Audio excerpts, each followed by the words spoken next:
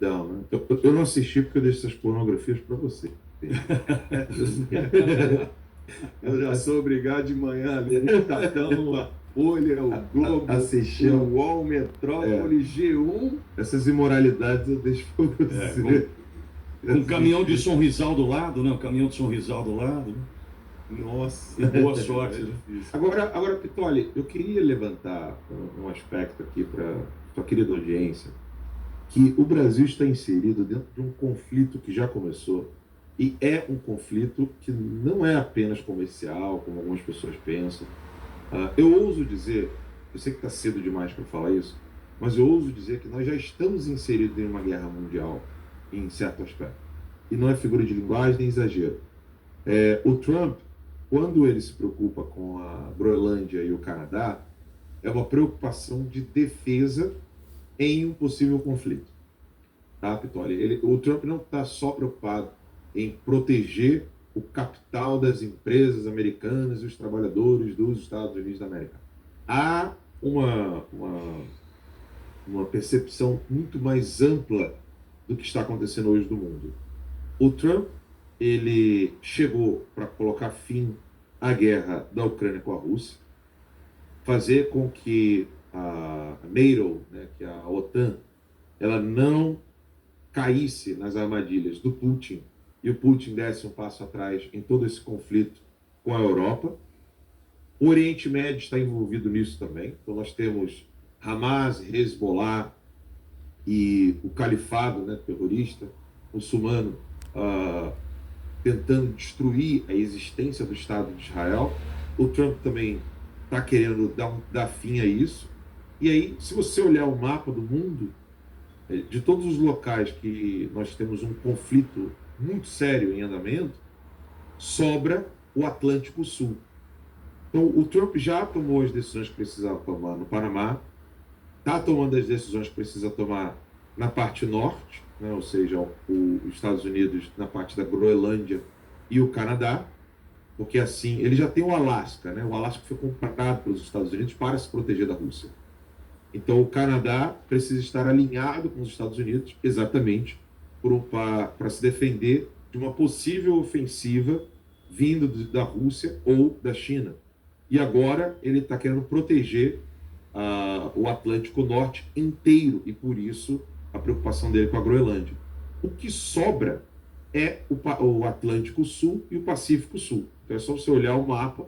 O que falta para o Trump é proteger o Atlântico Sul e o Pacífico Sul. O Pacífico Sul, ele tem com Milei, né? Boa parte com Milei, e depois ele precisaria do Chile.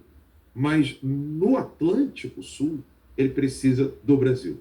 E qual é o histórico da relação do Brasil com os Estados Unidos em relação a isso que eu estou falando? Pitoli, nós tivemos um ditador fascista. Esse sim era fascista mesmo, não era palavrão, não é xingamento, é uma descrição mesmo, que foi o Getúlio Vargas. O Vargas, por ser fascista, ele queria ficar do lado de Hitler na Segunda Guerra Mundial. E o que aconteceu? Houve pressão americana, e essa pressão americana fez com que o Vargas ele desse 10 mil passos atrás, e o Brasil então foi para a Segunda Guerra Mundial contra o Hitler, ou seja, contra o Hitler, contra a Itália, contra o eixo do mal.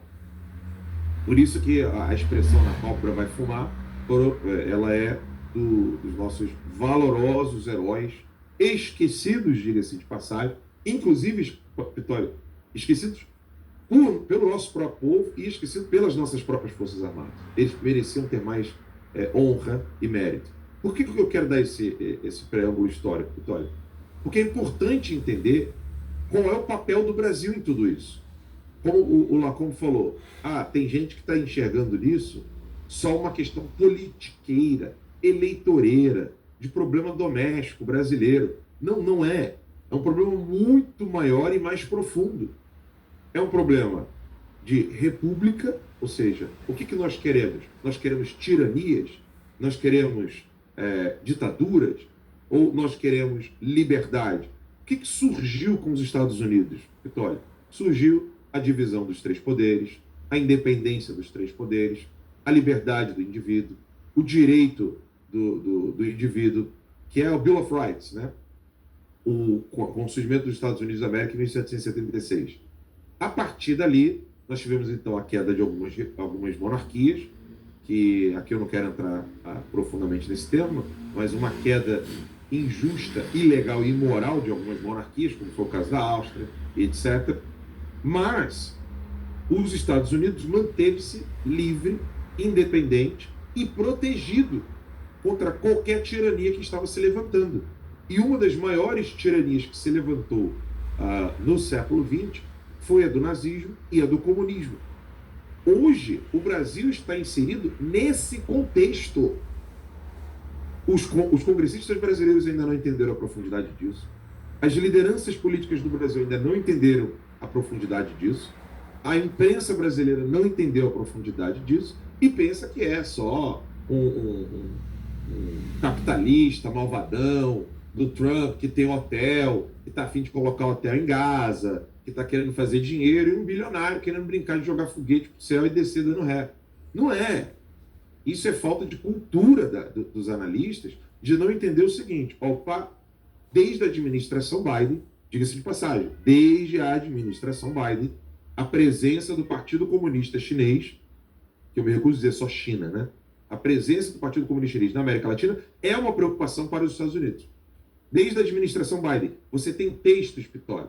Pode pesquisar agora, colocar no Google aí, Almirante, Biden, Partido Comunista Chinês, América Latina. Você vai ver que tem textos na Reuters, você tem texto na Associated Press, você tem texto no New York Times, você tem texto no Washington Post. Isso antes do Trump, com a preocupação com a China.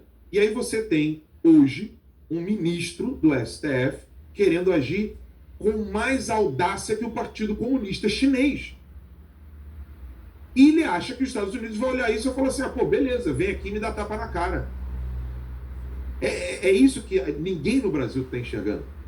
O Kim Jong-un não toma essas decisões com relação ao Rumble, ao Truth Social, ou a quem quer que seja.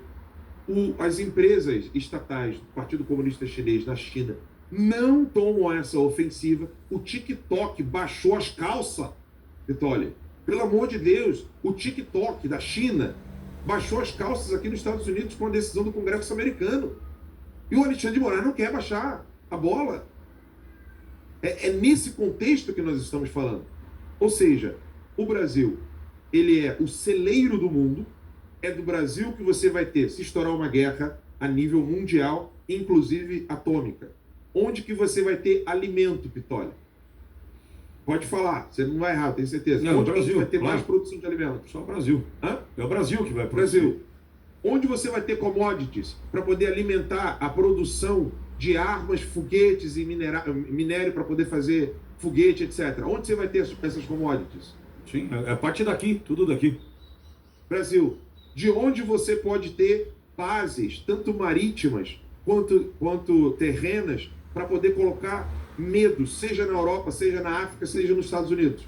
Brasil.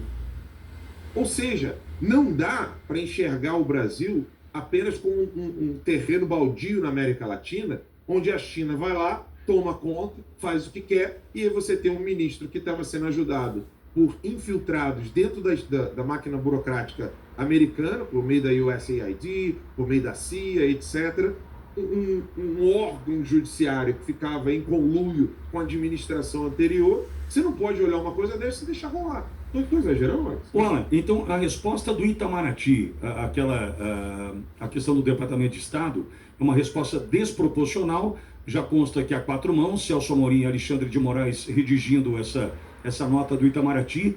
Isso piora essa relação, contribui para um resultado que não é bom para nós também, não é?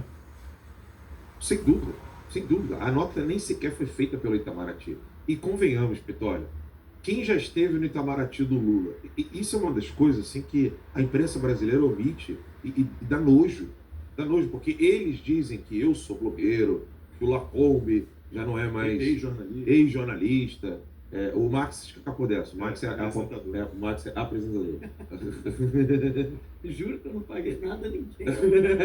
Verificar teu Pix, rapaz. Deve ter feito um Pix pra alguém. Mas eles usam esses chavões, esses clichês, mas eles não mencionam que um chefe de Itamaraty do Lula, fez o prefácio de um livro dizendo que o Hamas é um grupo muito legal, um grupo político que precisa ser respeitado. Um grupo que estupra criancinhas, estrangula, com autópsia comprovada. Esse é o Itamaraty do Lula. O Lula que recebe apoio do Hamas, do Hezbollah, da Al-Qaeda. Não dá. A imprensa brasileira, eu até entendo, Pitório, que o pessoal da Globo fica chateado comigo, contigo, com a Globo, porque a gente tem mais audiência que eles. Eu acho justo o cara ficar chateado, perder a audiência. Afinal de contas, pô, é o trabalho dele, né? O trampo dele. O cara tem o melhor microfone, a melhor câmera, o melhor estúdio, o melhor tudo lá. E aí ele pede para um pessoal que começou com cadeira de varanda aqui, né? Quase cadeira de praia, né? Cadeira de praia.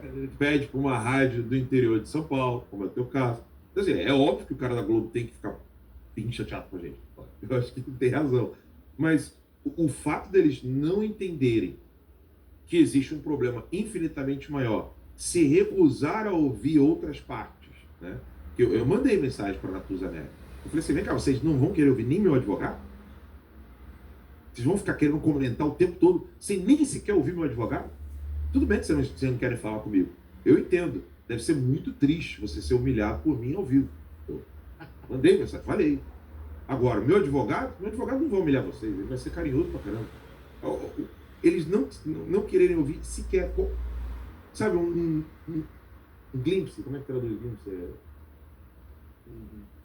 Uma palhinha do outro lado. Mas peraí, eles estão chamando mesmo você de lobista nos Estados Unidos, é isso? É. É porque eu fico